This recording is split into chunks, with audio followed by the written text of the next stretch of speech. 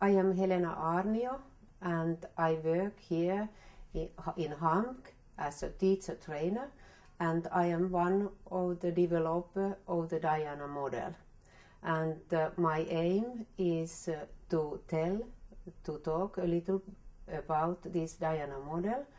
And this Diana, it came from the words dialogical, authentic net learning activity.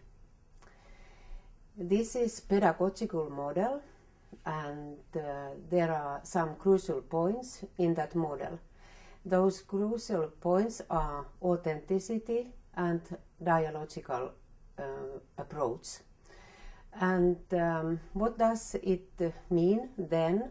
There are 4 cornerstones in this model, and first I tell you of this of the Cornerstone A, and it is named Creating Common Ground for Collaborative Learning.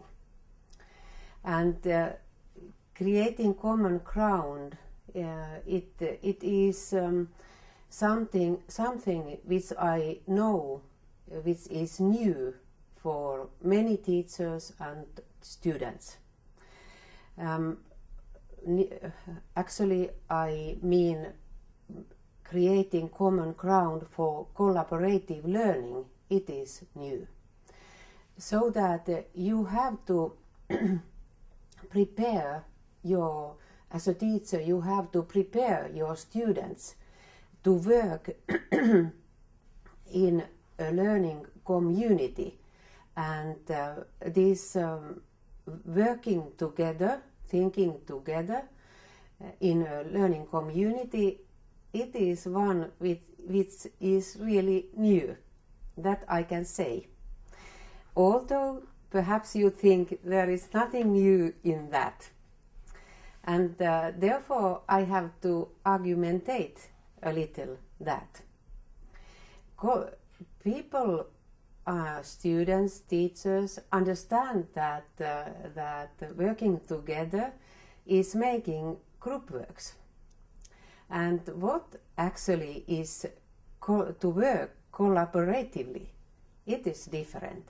And a new demand to work dialogically and collaborate then. It is something new. And that's why you have to prepare or coach your students to that. And it means you have to make clear with students what does it mean to work in a learning community together. And it means that you are not allowed as a student, for example, to be passive. You have to be active. You have to be engaged. You have to work equally. You have to work reciprocally. And there are a lot of things or actions which make the situation dialogical collaboration. And all of this is that which you have as a teacher to explain and to lead or guide or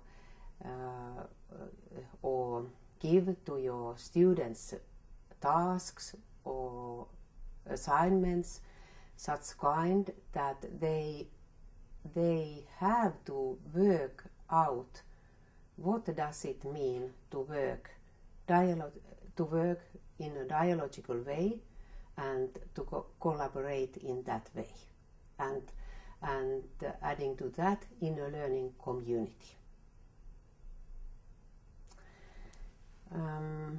Creating common ground, it means also, I said it means coaching, and as a teacher, of course, you have to be, it has to be clear to you this dialogical approach, and after that you are then it is possible to you to scaffold your students in this working style, if I say so. And also creating common ground, it means that you have to structure the learning process very clearly. And first you have to structure it perhaps a little as a teacher, and after that with your students, so that such kind of great lines you have to structure them as a teacher yourself, and then how the students are working together.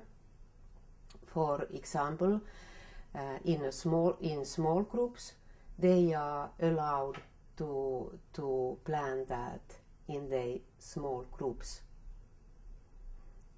And I think this kind of approach, it gives many possibilities for students to study and to learn all of those things or issues which belong to that course. The second cornerstone in Diana model is enabling authenticity in learning. And this enabling authenticity, it is many times understood only in one way. So that authenticity means that those problems or questions which students are solving in a learning process, they are taken from real life situations. And if we understand authenticity in a thick way, this thick authenticity, it means, for example, that this learning process and these learning assignments, they have to be personally authentic. What does it mean that they are personally authentic, these learning assignments or tasks or problem solving is like that? It means that students are starting their work from the spontaneous questions which they formulate themselves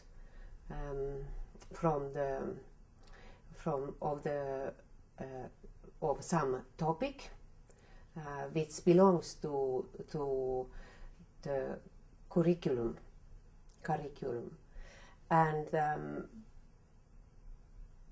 this formulating by students is many times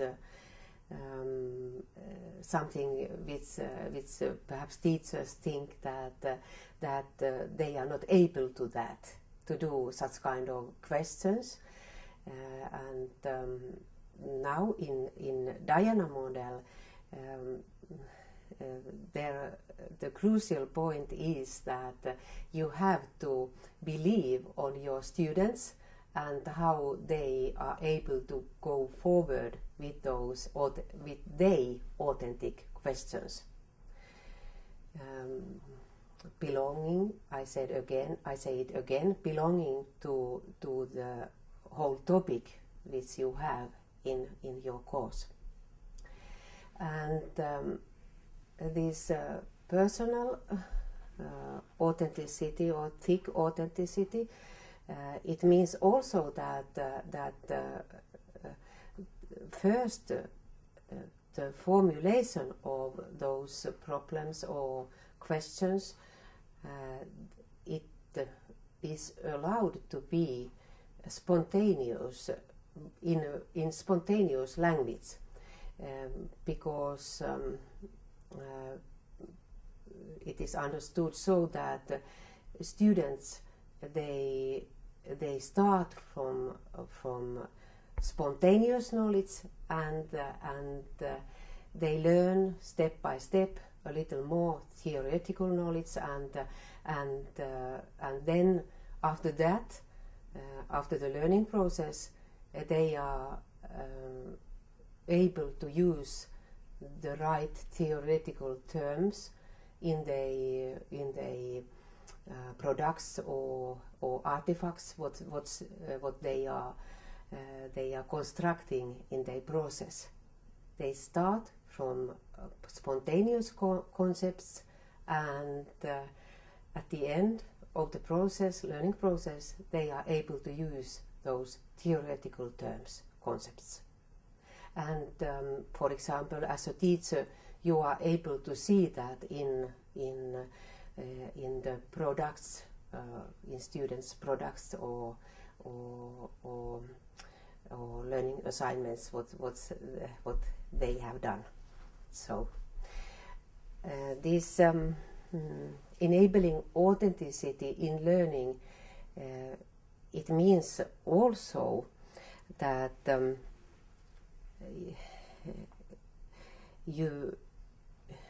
students, they use all kind of knowledge material references in an authentic way. It means that you as a teacher, for example, give the core material, for example, to the students, and after that students are able to use many kinds of materials what they will find in their learning process. After that they have got some idea what is this question, how it is explained in a theoretical way, and how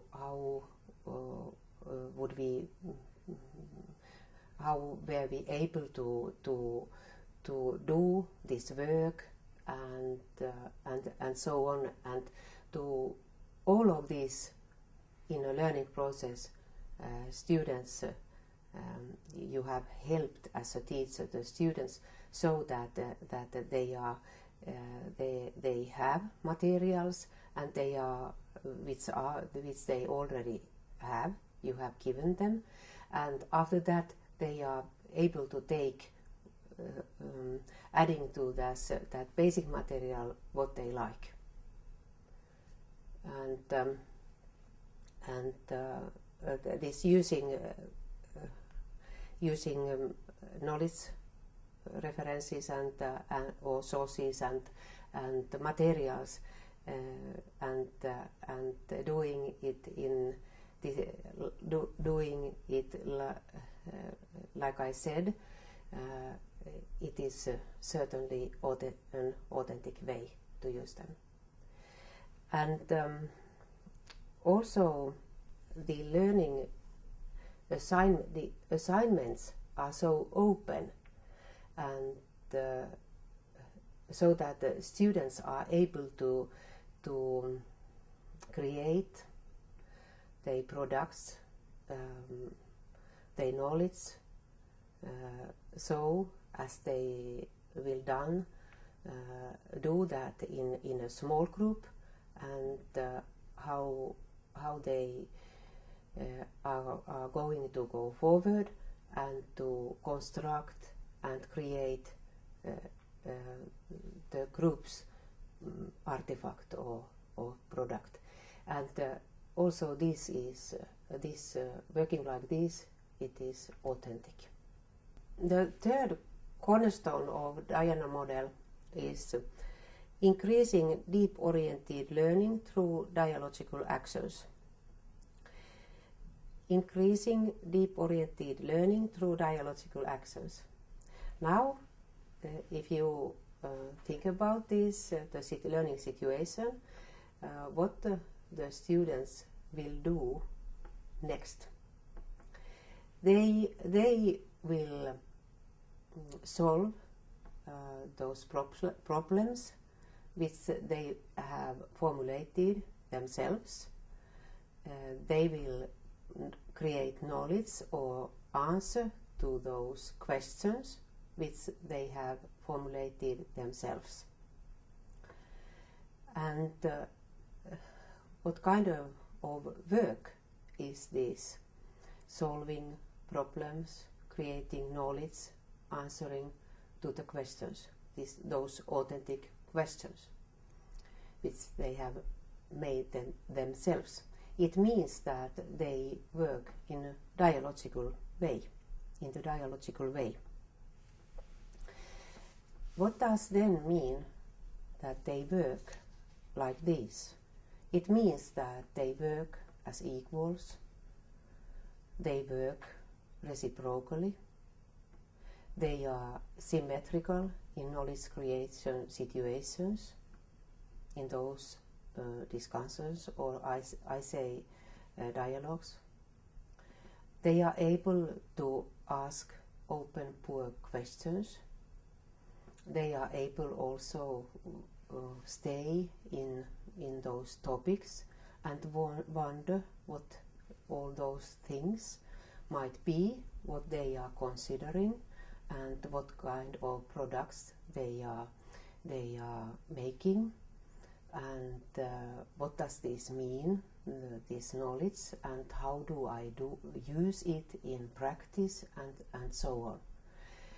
And they are, meanwhile, they are able to weave synthesis of those situations where they have created knowledge together, where they have solved problems together, and where they have made their products, and so all of that knowledge creation, they take it into account, and they put that in the synthesis.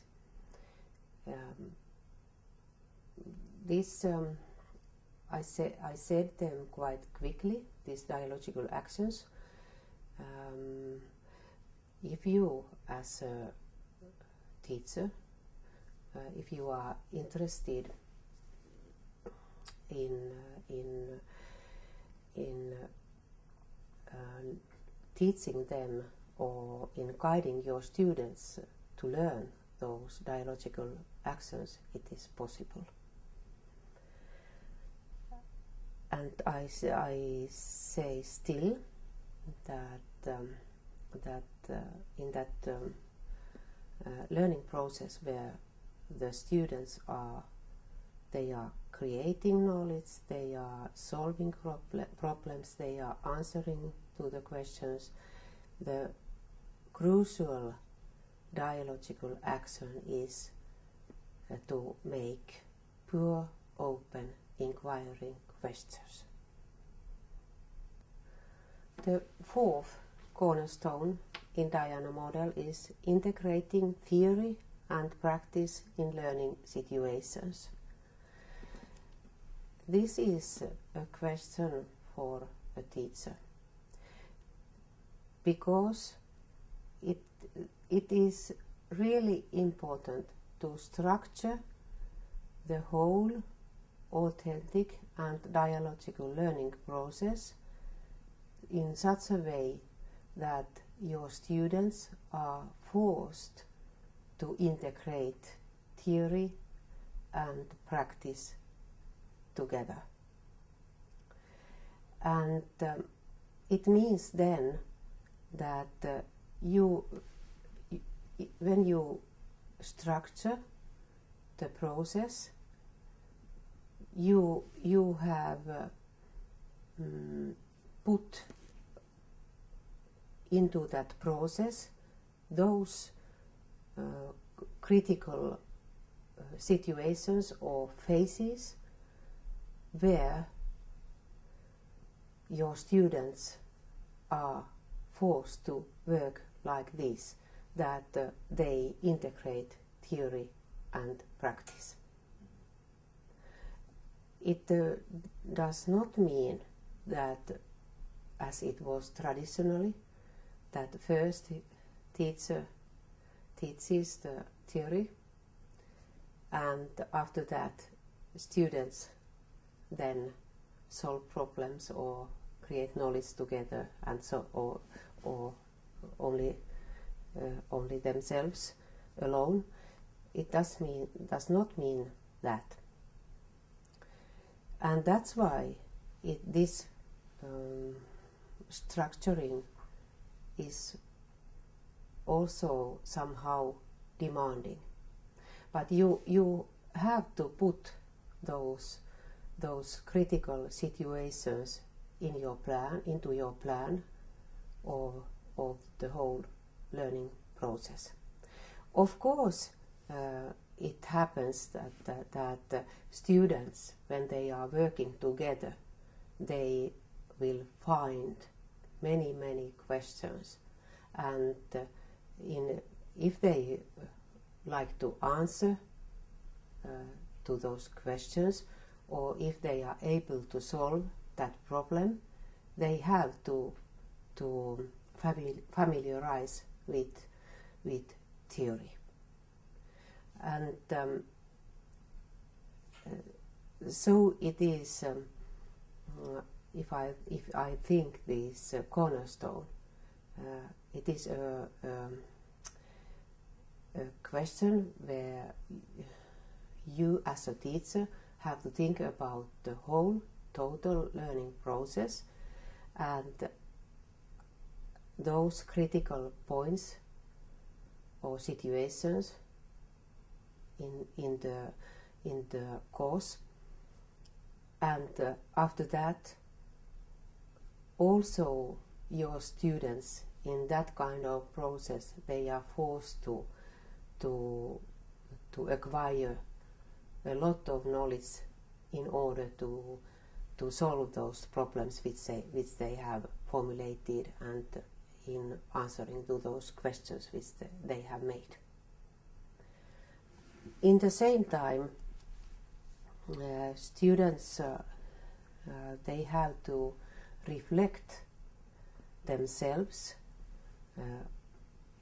what kind of knowledge they have, and also what kind of knowledge is missing, and they have to